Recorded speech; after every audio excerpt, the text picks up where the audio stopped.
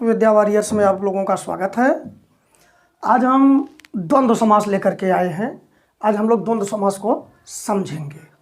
तो चलिए शुरू करते हैं। अच्छा, शुरू करने से पहले आप लोग इसका स्क्रीनशॉट ले लीजिए।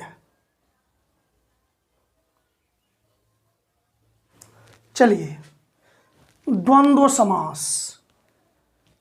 द्वंद्व का मतलब होता है जोड़ा, युग्म। इसमें दोनों पद प्रधान होंगे, पूर्व पद और उत्तर पद।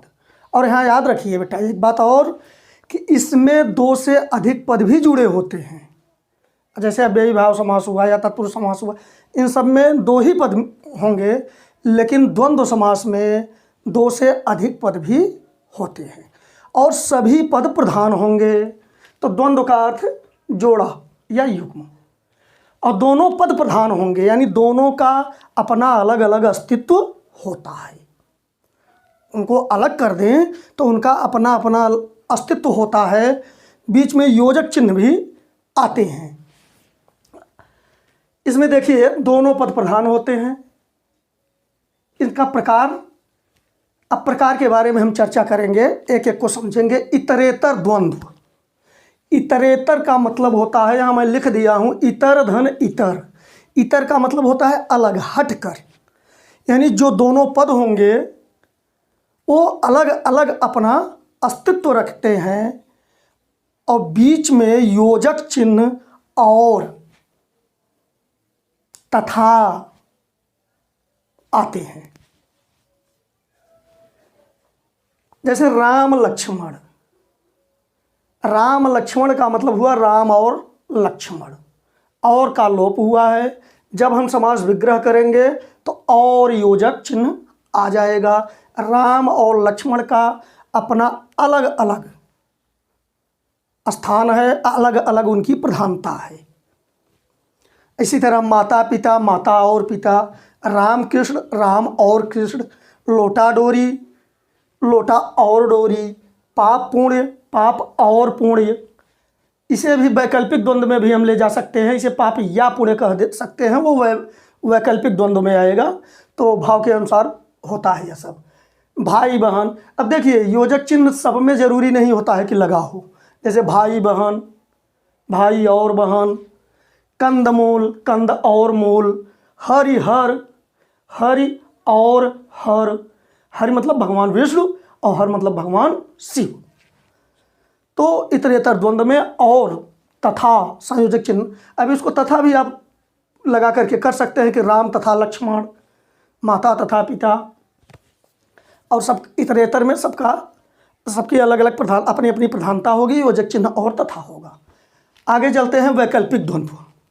वैकल्पिक द्वंद्व में भी दोनों पद अपनी प्रधानता रखेंगे, महत्व रखेंगे, लेकिन योजक चिन्ह में विकल्प के तो विकल्प जैसा बन जाए वह पूरा समस्त पद। इसलिए जब समास विग्रह करें तो वो विकल्प की तरह बन जाए। तो या शब्द योजक के लिए आता है। अब या में आप जानते हैं कि या जहाँ लग जाए वहाँ वैकल्पिक हो जाता है।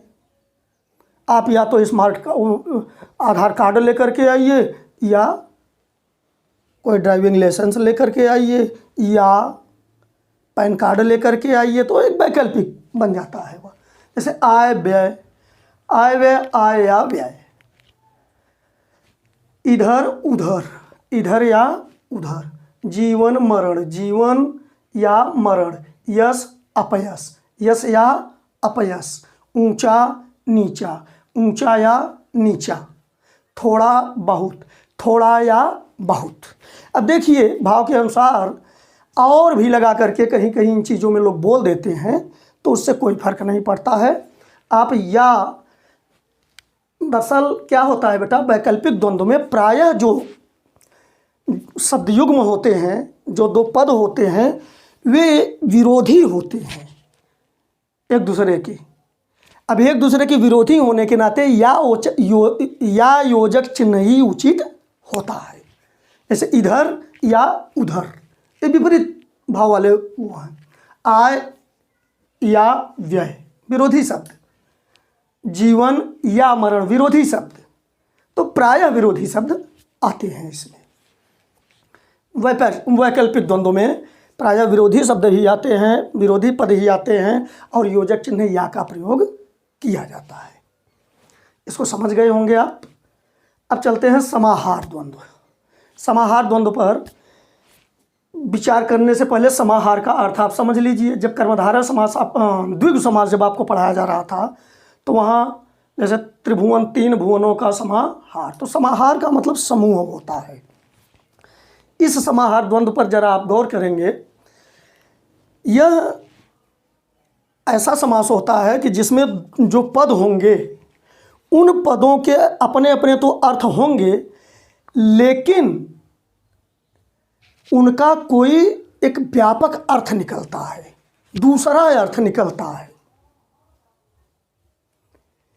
अब दूसरा अर्थ निकलता है का मतलब वो पूरा व्यापक हो जाता है, समूह पूरा अपना उसका निर्धारित हो जाता है, इसलिए इसे समाहार द्वंद्व कहते हैं। पूरे समूह का बोध होने लगता है। उदाहरण से समझें तो ज़्यादा बढ़िया होगा। जैसे रोटी दाल, अब लोग बोल देते हैं यार किसी तरह से रोटी दाल चल रही है।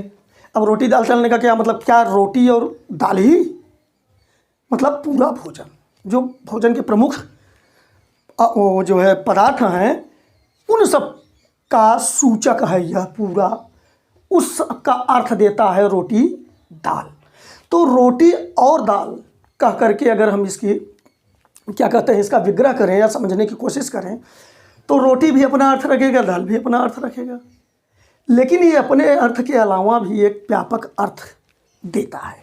तो रोटी दाल यानी इसका मतलब हुआ भोजन के सभी अंग, प्रमुख अंग जो होंगे। अन्न जल, अब अन्न जल का मतलब क्या हुआ, केवल अन्न जल कह दिया जाता है, इसका मतलब पूरे भोजन से होता है। किसी तरह से अन्न जल चल रहा है तो इसका मतलब भोजन से होता है, संपूर्ण भोजन से। घर द्वार, अब घर द्वार, घर और द्वार अपना अपना तो अर्थ रखते हैं, लेकिन घर द्वार का क्या मतलब हुआ, लोग हाल चाल में पूछते हैं ना, भैया क्या हाल चाल है, घरे द्वारे का हाल चाल हुआ। तो घर द्वार का मतलब ये नहीं है कि वो आपका वो द्वार पूछ रहे हैं कितना बड़ा सा है, कितना, मतलब परिवार का हाल चाल क्या है। एक समाहार बन गया, समूह बन गया, तो यह समाहार द्वंद्व हो गया। देखिए कुछ ये इस तरह के भी उदाहरण, जैसे 26। अब 26 का क्या मतलब हुआ, 20 और 6 का समाहार है, यह समूह है और बन गया है 26। 110, 1 और 100 का जब समाहार हुआ तो वह क्या बन गया, 110। अब जैसे और भी उदाहरण ले लिया हूँ, सेठ साहूकार, भाई उनका क्या पूछना, वो चाहे बढ़िया पहने खाएं पिएं, चाहे कार से चलें, वो तो सेठ साहूकार हैं, बोल देते हैं लोग।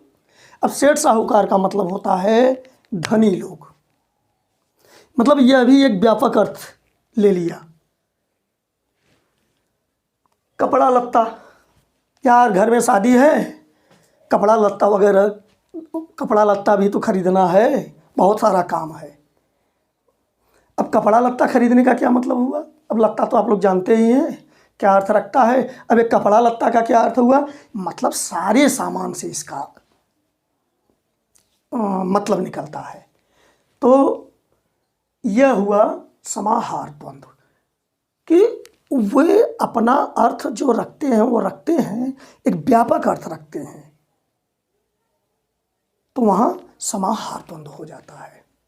आशा है बहुत सरल है, आप समझ गए होंगे इसको। एक बार और देख लीजिए, न समझ में आया हो। आइए यहाँ थोड़ा सा हम और समास से तुलना करके जो है कुछ भ्रम आप लोगों का दूर करते हैं। देखिए मैं जब कर्मधारय समास पढ़ा रहा था तो वहाँ कुछ उदाहरण दिया था कि ये भी कर्मधारय में ही आएंगे, जैसे हृष्ट पुष्ट, मोटा ताज़ा, सीधा सादा, और तो लोगों को यह थोड़ा सा लाल लाल, लाल झक, तो ये सब लोगों को समझने में लगता है कि ये तो इस तरह का दिखाई दे रहा है, योजक चिन्ह वगैरह लगे हैं तो द्वंद्व में जाना चाहिए। देखिए वे द्वंद्व भी हो सकते हैं, कर्मधारय भी हो सकते हैं। यहाँ जो द्वंद्व में आते हैं, अब इतरेतर द्वंद्वों में तो ये मान करके चलिए लगभग सब संज्ञाएं हैं, ये जो भी हैं, राम लक्ष्मण लोटा डोरी पाप पूर्ण, और वैकल्पिक में सब विरोधी शब्द आते हैं, और समाहार को आप समझ ही रहे हैं। तो जो भी शब्द आएंगे वो हमें ये देखना है कि ये विशेषण है क्या। ये विशेषण इसमें भी आ जाते हैं, जैसे अच्छा बुरा वह भी आ जाता है द्वंद्व में, अच्छा या बुरा। लेकिन यह देखा जाता है अब कि अच्छा बुरा तो विरोधी शब्द है, कभी तो वो कहाँ से कर्मधारय में जाएंगे। कर्मधारय में वे सारे विशेषण आएंगे जो अलग अलग विशेषण होते हैं और पूरा पद ही मिल करके किसी का विशेषण बन जाता है। जैसे मोटा ताजा लड़का था, वह लड़का हृष्ट पुष्ट है, हृष्ट पुष्ट लड़का, सीधा साधा व्यक्ति, लाल लाल टमाटर। ये अब देखिए इन सारे वाक्य प्रयोगों में, अब देखिए टमाटर की विशेषता पूरा लाल लाल बन गया, लड़के की विशेषता हृष्ट पुष्ट पूरा बन गया। यही बात देखिए ये ज़्यादा से ज़्यादा समझ में तब आते हैं जब वाक्य प्रयोग की दृष्टि से देखे जाते हैं। वाक्य में अगर प्रयोग किस तरह से हुआ है, अगर पूरा का पूरा पद विशेषण बना हुआ है तो वह कर्मधारय समास होगा।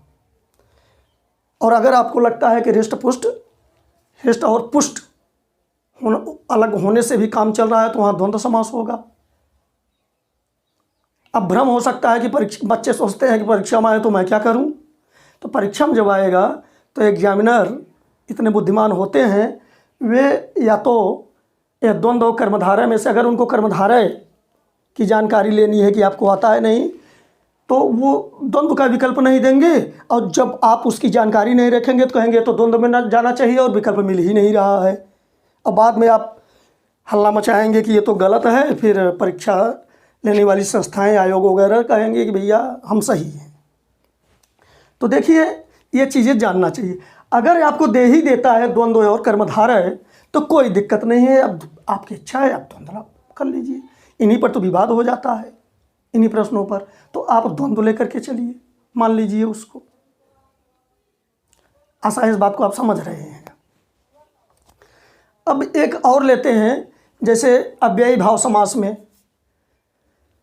कुछ लोगों को भ्रम होता है कि वहाँ भी जैसे दिनों दिन, रातों रात, ये सब शब्द, हाथा पाई, ये सब शब्द आते हैं तो वो अव्ययी में चला जाता है। हाँ चला जाएगा, क्यों नहीं चला जाएगा।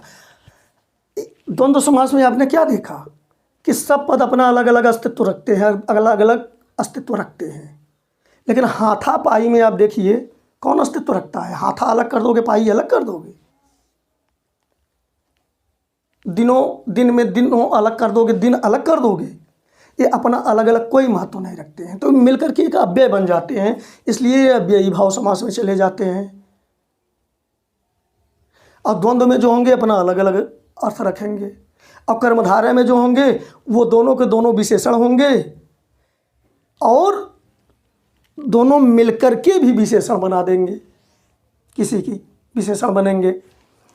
अगर इसमें दे रहा है वह इसमें भी आ सकता है, तो प्रायः वैकल्पिक ही आते हैं। तो वैकल्पिक अगर है तो आप कर्मधारय में न जाइए, द्वंद्व में चले जाइए। और अगर आपको लगता है कि यह भ्रम पैदा कर रहा है तो ऐसा विकल्प देते नहीं वो। अगर देते हैं तो आप द्वंद्व को ही महत्व दीजिए, अगर द्वंद्व नहीं है तो कर्मधारय बता दीजिए, बशर्ते वो विशेषण होना चाहिए। अब राम और लक्ष्मण को आप कर्मधारय नहीं बता सकते क्योंकि ये संज्ञाएं हैं और बिल्कुल अलग अलग महत्व रखते हैं। आशा है बात स्पष्ट हो गई होगी। इन्हीं चीज़ों में बच्चों को भ्रम होता है, तो आपको कम समझ में आए तो एक दो बार और उसको आगे पीछे थोड़ा करके देख लीजिए। बात बहुत सरल है और आप इसको सीखिए, मज़ा लीजिए।